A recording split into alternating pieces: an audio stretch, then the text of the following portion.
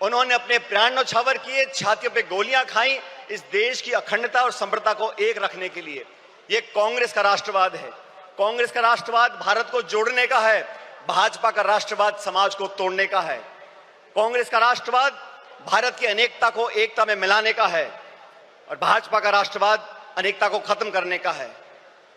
सत्ता को हथियाने के लिए और बरकरार रखने के लिए धर्म, जाति, क्षेत्रवाद, भाषा, पहनावा और खान पान में लोगों को बांटने के लिए जो राष्ट्रवाद की दुहाई देते हैं, उनको आईना दिखाने का अब समय आ चुका है। वो लोग जो कांग्रेस मुक्त बनाने की बात करते हैं, मैं याद दिलाना चाहता हूं आपको, राजीव गांधी जी प्रधानमंत्री बने थे तो कांग्रेस के पास 400 से ज्यादा सांसद थे। हमने कभी नहीं सुना राजीव जी को बोलते हुए कि विपक्ष मुक्त देश बनाना चाहते हैं या भाजपा मुक्त देश बनाना चाहते हैं। लेकिन घमंड की ये परिकाष्ठा हो गई है कि कांग्रेस मुक्त बनाना चाहते हैं। मैं उन सब विरोधी ताकतों को बताना चाहता हूं कि कांग्रेस की जड़ें देश में तो बहुत मजबूत हैं ही, लेकिन गुजरात में भी बहुत मजबूत हैं। और 400 पार का नारा देने वालों को पिछले लोकसभा चुनाव में जनता ने आईना दिखा दिया और बैसाखियों पर लाके खड़ा कर दिया सरकार चलाने के लिए। प्रजातंत्र की पहरी है और संविधान की रक्षक है कांग्रेस पार्टी। 1950 में जब संविधान लागू हुआ था, उससे पहले बाबा साहब अम्बेडकर ने खुद 25 नवंबर 1939 को संविधान सभा में कहा था कि कांग्रेस के बिना संविधान बनाना असंभव था।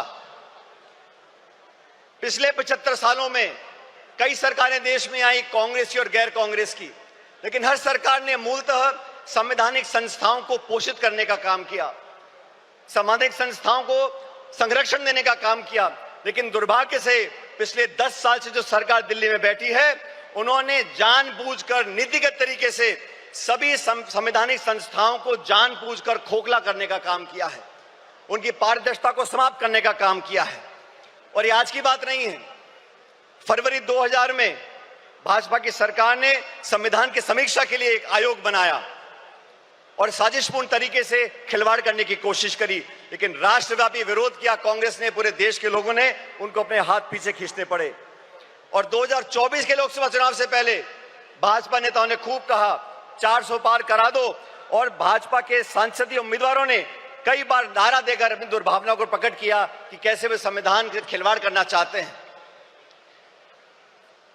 साथियों, भाषण देना अलग बात है, लेकिन सरकार के कामकाज को आप देखिए। 6 वर्ष पहले भाजपा सरकार ने सदन में कहा था कि जम्मू कश्मीर को पूर्ण दर्जा देंगे। सुप्रीम कोर्ट की कॉन्स्टिट्यूशनल बेंच ने आदेशित किया कि आप जम्मू कश्मीर को पूरा दर्जा दो राज्य का, आज तक नहीं दिया। मणिपुर में क्या घट रहा हम देख रहे हैं, गृह युद्ध के हालात बने हुए हैं, बलात्कार हो रहा है, लूटपाट हो रही है, महामारी मची है, लेकिन ना तो प्रधानमंत्री जी को वहां जाने का समय है, ना उनकी इच्छा है। वो लोग जो संविधान की बात करते हैं और अपनी कार्यप्रणाली से संवैधानिक संस्थाओं का दुरुपयोग कर कर अपने राजनीतिक प्रतिद्वंदियों को आरोपी बनाने का काम करते हैं, उनका पर्दाफाश करने का समय आ गया है। कांग्रेस पार्टी ने, राहुल गांधी जी ने, खड़गे साहब ने लोकसभा चुनाव से पहले इंडिया अलायंस का गठबंधन किया।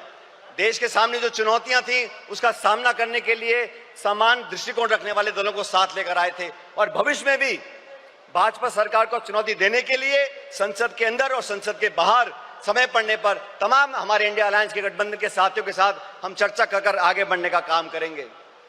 मैं धन्यवाद देना चाहता हूं राहुल गांधी जी का। सामाजिक न्याय की लड़ाई लड़ने का अगर रास्ता किसी ने दिखाया है तो राहुल जी ने दिखाया है।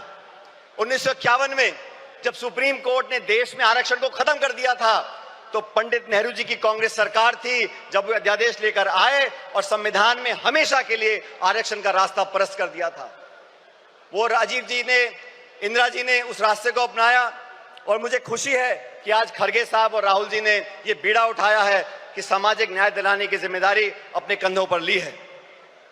देश में बैकलॉग है, SC, ST, OBC महिलाओं पर जो अत्याचार और हो रहे हैं, लगातार 13% की वृद्धि उसके अंदर हो रही है। देश का सद्भाव, सर्वधर्म समभाव, आज जो टकराव पैदा किया गया है, भाई को भाई से लड़ाने की जो एक साजिश रची जा रही है, उसके खिलाफ हम सब कांग्रेसजनों को साथ खड़ा होना होगा।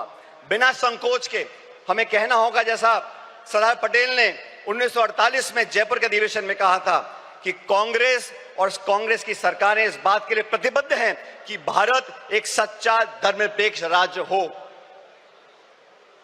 हमारी अलग अलग पृष्ठभूमियां हैं, संस्कृति है, वेशभूषा है, खाना पीना है, भाषाएं हैं, लेकिन जो लोग उत्तर दक्षिण के राग में धर्म जाति गोत्र के नाम पर लोगों को बांटना चाहते हैं, उन लोगों से हमको सावधान रहना पड़ेगा। भारतीय राष्ट्रीय कांग्रेस प्रतिबद्ध है कि धार्मिक, भाषाई, जातिगत व क्षेत्रीय बंटवारे की सियासत को हम आखिरी दम तक लड़ते रहेंगे। देश को ना बंटने देंगे, ना बांटने वाली ताकतों को बढ़ने देंगे। हमारा वही नारा है, नफरत छोड़ो और भारत जोड़ो, जो नारा राहुल जी की यात्रा में हम सब लोगों ने बड़ी गुरजोर से कहा था। महिला अधिकार की बातें करते हैं, आदि आबादी और पूरा हक, ये कांग्रेस का संकल्प है। एनी बेसेंट से लेके सरोजिनी नायडू जी, नेली सेनगुप्ता जी, इंदिरा गांधी जी, सोनिया गांधी जी ने हमेशा महिलाओं के अधिकारों को पहली पंक्ति में लाने का काम किया है। पिछले एक दशक में महिला अत्याचार, शोषण, प्रताड़पन, अपराध इतने बढ़ गए हैं कि भारत मां की आत्मा पूर्णतः छलनी हो गई है। केंद्र की भाजपा सरकार के आदेश पर महिला पहलवान बेटियों को दिल्ली की सड़कों पर जो घसीटा गया, या मणिपुर में मां बहनों को सार्वजनिक तौर से निर्वस्त्र कर घुमाया गया, हाथरस से लेकर उन्नाव तक भारत मां के सीने पर ऐसे हजारों घाव हैं। आए दिन देश की बेटियों के बारे में भाजपा के मुख्यमंत्री, केंद्रीय मंत्री और उनसे संबंधित संस्थाएं जिस प्रकार उनके पहनावे, आचरण, चरित्र, बाहर जाने के समय उनकी स्वतंत्रता, खान पीन व निर्णय लेने की क्षमता को लेकर लगातार आपत्ति उठाते रहते हैं, उसका हमको विरोध करना पड़ेगा। ये वो सरकार है जो किसानों का विरोध करती है। मुझे फक्र है कि हम उस पार्टी के कार्यकर्ता हैं जिसने संकल्प लिया है कि हम लोग किसानों का एमएसपी पर एक कानूनी अधिकार जनता को देंगे और 50% से ऊपर समर्थन मूल्य किसान को मिलेगा। श्वेत क्रांति, हरित क्रांति, मिनिमम सपोर्ट प्राइस, ये सब कांग्रेस की सोच का परिणाम रहा। भाजपा ने तो 3 काले कानून लेकर आए, 16 महीने तक आंदोलन हुआ, 700 किसान शहादत हो गई उनकी, और फिर जाके भाजपा को अपने हाथ पीछे खींचने पड़े। आप सबको याद होगा साथियों, जमीन अधिग्रहण को लेकर राहुल गांधी जी ने भट्टा परसौल में आंदोलन किया था। तब कानून बना लैंड एक्विजिशन एक्ट का। उस भट्टा परसौल के आंदोलन के बाद से तमाम चंद उद्योगपति और भाजपा की सरकार ने मिलकर राहुल जी की छवि को धूमिल करने का काम किया था, और आज तक वो इस काम में लगे हुए हैं, क्योंकि गरीब की, किसान की, मजदूर की, अपेक्षित की आवाज उठाने का काम राहुल जी करते हैं, कांग्रेस पार्टी करती है। आज इस अधिवेशन से, इस प्रस्ताव के माध्यम से हम एक बार फिर किसान के प्रति अपने समर्थन को रेखांकित करना चाहते हैं। अर्थव्यवस्था की हम बात करें 2 मिनट के लिए। मनमोहन सिंह जी की सरकार में 10 साल में 27 करोड़ लोगों को गरीबी रेखा से उठाया गया, 8% की जीडीपी ग्रोथ हुई। आज के जो हालात हैं, और कृपया करके गौर से सुनिए, इस देश के जो 1% सबसे अमीर लोग हैं, उनके पास देश की 40% संपत्ति है।